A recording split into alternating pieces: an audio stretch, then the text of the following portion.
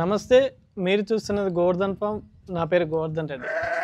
ముఖ్యంగా మనం ఈ వీడియోలో తెలుసుకోబోయేది ఏంటి అంటే, చాలామంది ఫార్మర్స్ ఈ మీడియేటర్ ఉచ్చులో పడి చాలా డబ్బులు అనేది వేస్ట్ చేసుకుంటూ ఉన్నారు. ఎందుకు అంటే ఫార్మర్స్ బ్యాంక్ దగ్గరికి వెళ్తే బ్యాంక్ వాళ్ళు సపోర్ట్ చేయడం లేదు. అంటే కొంతమందికి సపోర్ట్ చేయట్లేదు, ఎందుకంటే వేరియస్ రీజన్స్ ఉన్నాయి. సో ఈ కారణంగా అంటే ఫార్మర్స్కి పెట్టాలని ఒక ఆతృత ఉంటుంది, కానీ బ్యాంక్ వాళ్ళు సపోర్ట్ చేయలేదు. ఎప్పుడైతే బ్యాంక్ వాళ్ళు సపోర్ట్ చేయరో మనం ఈ స్కీమ్కు అనర్హులం, అంటే అప్లికేషన్ అనేది ముందుకెళ్ళదు. కన్సెంట్ ఉంటే తప్ప మనం బ్యాంక్లో అనేది అప్లోడ్ చేయలేం. కాబట్టి చాలామంది రైతులు ఏం చేస్తున్నారంటే, కొంతమంది ఎవరైతే మీడియేటర్స్ ఉన్నారో మీడియేటర్స్ ఫార్మర్స్కి కాల్ చేసి మేము ఇప్పిస్తాము లోను, మాకు ఒక 10% 5% కమిషన్ ఇవ్వండి అంటున్నారు. So overall national live stock మిషన్లో ప్రాసెస్ అనేది ఒక్కరి ఫైలు పంపించడానికి అవకాశం లేదు. ఎందుకంటే ఒకసారి కనుక మన కన్సల్టేటర్ వచ్చిన తర్వాత రిక్వైర్డ్ డీటెయిల్స్ అన్ని పోర్టల్ అప్లోడ్ చేసిన తర్వాత, వన్స్ పోర్టల్లో లోడ్ అయిన తర్వాత అది స్టేట్కి రివ్యూ అంటే డాక్యుమెంటేషన్ రివ్యూ జరిగిన తర్వాత ఎవరైతే స్టేట్ లెవెల్లో ఉన్న వెటర్నరీ డిపార్ట్మెంట్ అది బ్యాంకుకి పంపించడం జరుగుతుంది. బ్యాంకుకి పంపించిన తర్వాత అప్పుడు మనం ఏదైతే బ్యాంకుకి అగ్రి అయినామో, అంటే కమర్షియల్ ప్రాపర్టీస్, అర్బన్ ప్రాపర్టీ అనేది ఖచ్చితంగా ఉండాలి. అర్బన్ ప్రాపర్టీ లేకుండా బ్యాంక్ వాళ్ళు అయితే యాక్సెప్ట్ 99% చేసిన దాఖలాలు అయితే ఎక్కడ లేదు. ఎందుకంటే మాకు అంటే ఈ తెలంగాణలో NLM తెలంగాణ గ్రూప్ అనే ఒక అసోసియేషన్ అయితే ఫామ్ అయ్యింది. ఆ గ్రూప్లో కూడా నేను విన్న దాఖలాలు అయితే ఎక్కడ లేదు. ఈ వీడియో ఇందులో ఎందుకు చెప్తున్నానంటే, దయచేసి మీడియేటర్లు నమ్మి డబ్బులు అనేది ఇవ్వకూడదు. ఎందుకంటే అది ఇంపాసిబుల్, అది అవ్వదు. వితౌట్ కొలాటరల్ లేకుండా బ్యాంక్ వాళ్ళు ఇవ్వరు. ఇన్ కేస్ బ్యాంక్ వాళ్ళు ఇచ్చిన ప్రొసీజర్ ఉంటుంది. మీడియేటర్ ఇందులో ఏం చేయగలుగుతారు? ఒకసారి కనుక స్టేట్ లెవెల్లో ఒక 100 ఫైల్స్ వస్తే తప్ప SLEC మీటింగ్ అనేది జరగదు. SLEC మీటింగ్ అనేది డిఫాల్ట్గా అది 6 మంత్స్కి 4 మంత్స్కి ఒకసారి SLEC మీటింగ్ జరుగుతుంది. కాబట్టి అందులో మీడియేటర్ వచ్చి ఏం చేస్తాడు? చేసేది ఏమి ఉండదు. వన్స్ SLEC మీటింగ్ అయిన తర్వాత ఆ ఫైల్స్ అన్నీ స్టేట్ నుండి సెంట్రల్కి పంపిస్తాడు.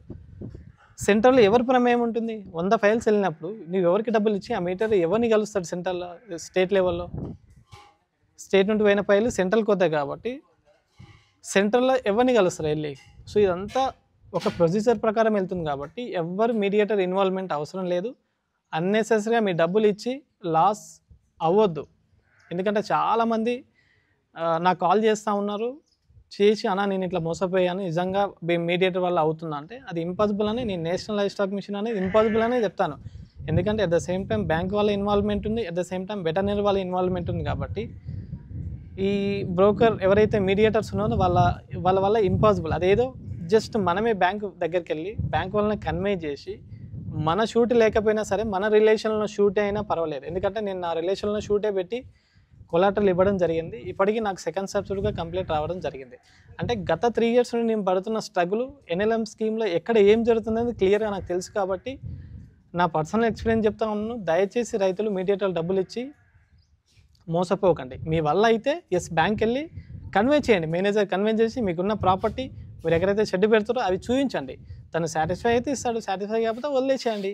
అంతే తప్ప నేను ఈ సబ్సిడీకి మీరు కకృతిపడి మీడియాలకు ఒక 10% ఒక 10 లక్షలు ఇచ్చే అనేది అది అవాస్తవము, జరగని పని. ఎందుకంటే మా ఫామ్కి ఎంతోమంది వస్తున్నారు. అందులో భాగంగా మన ఫామ్కి ఈరోజు విజిట్ చేసిన ఫార్మర్ మాటలను అడిగి తెలుసుకుందాం. మీరు ఇక్కడికి ఎందుకు వచ్చారు? అదే NLM స్కీమ్ గురించి తెలుసుకుందామని వచ్చాము. మా ఫాదర్ కూడా ఫార్మరే, నేను చదువుకుంటున్నాను. సో మా నాన్న ఒక 1 year 2 years నుంచి NLM స్కీమ్ గురించి తెలుసుకుని NLM స్కీమ్ స్టార్ట్ చేయాలని చెప్పేసి అనుకున్నాడు. సో ఫస్ట్ ఒక 1 year బ్యాక్ మా బ్రదర్ అండ్ మా నాన్న బ్యాంకుకి వెళ్ళి కలవడం జరిగింది. అక్కడ ఫస్ట్ బ్యాంక్ మేనేజర్ రిజెక్ట్ చేశాడు, వివిధ కారణాల వల్ల రిజెక్ట్ చేశాడు. సో అప్పటికి అది వదిలేశారు. సో మళ్ళీ తర్వాత యూట్యూబ్లో ఒక వీడియో చూసి మీడియేటర్స్ ఇలా ఇప్పిస్తున్నారంట లోన్స్ కనుక్కోమని చెప్పి నాకు ఒక నెంబర్ సెండ్ చేశాడు. సో నేను అలా కనుక్కోవడం చేశాను. వాళ్ళకి కాల్ చేశాను. కాల్ చేస్తే వాళ్ళు మేము మీడియేటర్ ఉండి మీకు లోన్స్ ఇప్పిస్తాము, అందులో మాకు ఎంతో కొంత ఇవ్వాల్సి ఉంటుందని చెప్పేసి చెప్పడం జరిగింది. సో వాళ్ళు ఇది నిజమా కాదని చెప్పేసి వాళ్ళని వెళ్ళి కలవడం జరిగింది.